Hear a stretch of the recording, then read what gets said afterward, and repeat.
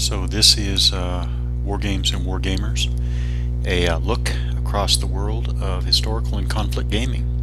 And hand in hand with this short recurring video series is a weekly video chat that I host every Saturday, 7 to 9 p.m. Eastern Standard Time. We'll talk about that at the end. So this is my YouTube channel. I've Been Diced. I've Been Diced is probably the podcast that has given me more enjoyment, more enjoyable listening than any other over the last few years. And in that I include Guns, Dice, and Butter, the Two Half Squads, Meeples and Miniatures, the Messy Game Room, all great. Advance After Combat. Is it Advance After Combat, I think? Anyways, all great podcasts that I'm really glad are out there. But there's something really, I've Been Diced just really hits the mark on a number of different levels. And the one that I always think of the most is it just sounds very professional. So anyways, as much as I like I've Been Diced, it was a real treat recently to listen to an interview with the game designer Sam Mustafa. So I definitely recommend this. Episode number 72, Sam Mustafa and Miniatures Gaming Galore. Now, Sam Mustafa, he's a designer of about a half a dozen different game systems, rule sets at least. He designed Grande Armée. I have this rule set. I haven't used it yet, but I definitely look forward to it. It's a great looking rule set, spiral bound, just a really nice piece of work. And I also remember Sam Mustafa from articles he contributed to MWAN, MWAN, the miniatures newsletter from a few years back. So there's Honor, a website where you can learn more about Sam Mustafa's designs, including, I think, quite recently is Blucher, which I have heard a bit about, but I don't know anything in detail yet. Actually, that's a system I'll probably look at getting at some point, but I would like to try Grande Armée first. On a completely different note, there's this series of tutorial videos on a YouTube channel, EKTED, EKTED. This very nice, I think well produced, very accessible tutorial video series on Federation Commander. So I don't know if you're a newer gamer like me, and you, for whatever reason, probably not going to go back and pick up Starfleet Battles, which is understandable, I guess. Federation Commander, I think, is definitely an option for you. There's Klingon Border and Romulan Border I know of as ways to get into Federation Commander, and right here, Klingon Border, you see in the picture there.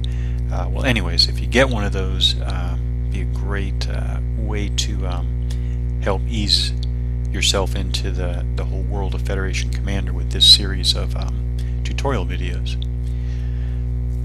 Switching gears again, this is the miniatures page, and just recently, basically after trying for the first time ever a number of Ancients rule set miniatures, I tried Warhammer Ancient Battles, liked it.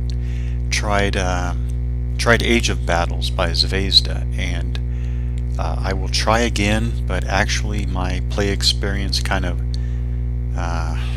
went down in flames with too many rulebook challenges. Now I know the rulebook is a really shoddy translation from the original Russian, but it was just too many issues. So I will decide how I'm going to reset and try again in the future. But I did try Age of Battles, and so after those, I went to the miniatures page here and thought I would fish around and see what has been said about those two rule sets over here. And in the process, I thought I would take a look at Field of Glory as well. Field of Glory is by Osprey. There is, I'm thinking of the Ancients rule set. There is a Renaissance version and a Napoleonics version that I'm aware of, but I'm thinking of kind of the original Field of Glory, which is Ancients. There is a core rule book, and then there's more than 10. I don't know, somewhere between a dozen and 15, maybe more.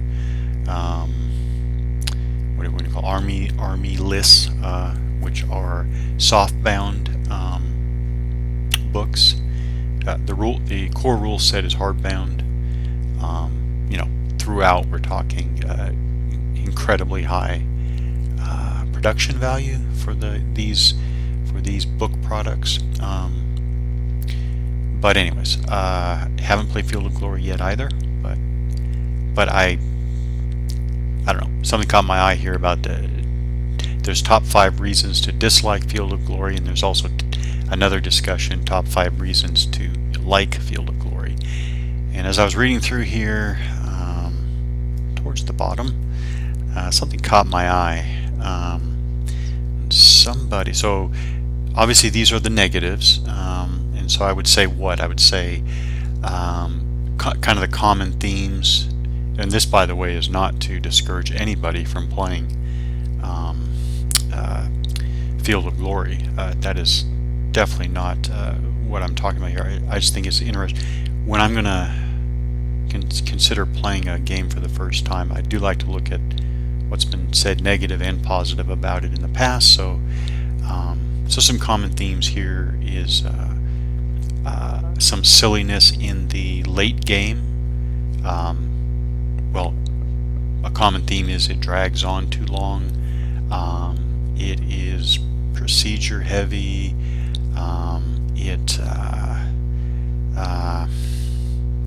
Actually, I guess the biggest common theme on a negative is it's actually too much work for the play experience you get.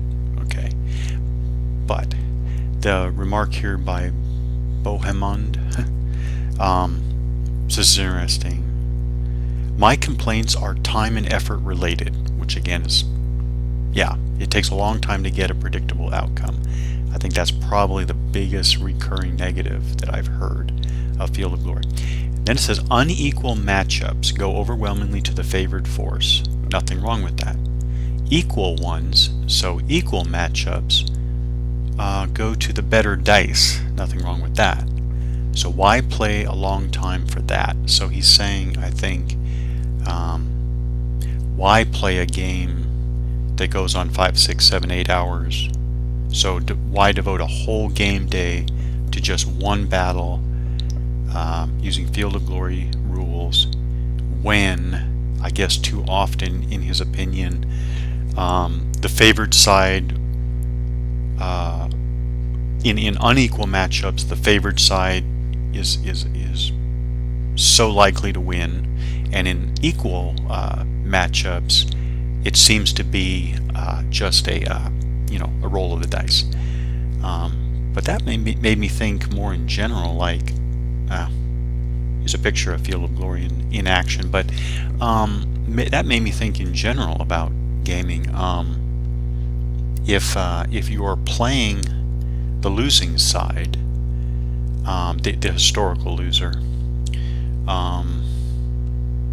if you're playing the historical loser, well, I guess why play the historical loser? And then in equal matchups, why play a war game with everything that's involved if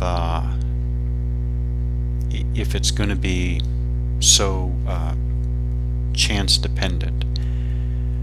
Now, given or accepting that premise, it's actually understandable why I think a miniatures wargamer would do this, because even if you are the unfavored side, or even if you in an equal matchup lose because of bad dice rolling, at least you had the experience of, you know, the tactile and visual feast of the tabletop armies and so on and so forth. But then take that to a hex encounter game, where you're not getting any of that, certainly not in 3D anyways. Then I wonder why, go through with that. But anyways, the weekly video chat is here on appear.in. So it's /bigboard, BIGBOARD. And the next the next session will be Saturday the 2nd of April, 7 to 9 p.m. Eastern Standard Time. You don't need anything but this address right here, and with this address right there, you're going right in to the video chat room. You don't need any login, password, launcher, anything. This is all web-based, and so that is the weekly video chat every Saturday, 7 to 9 p.m. Eastern Standard Time. And so this is the end of another War Games and War Gamers.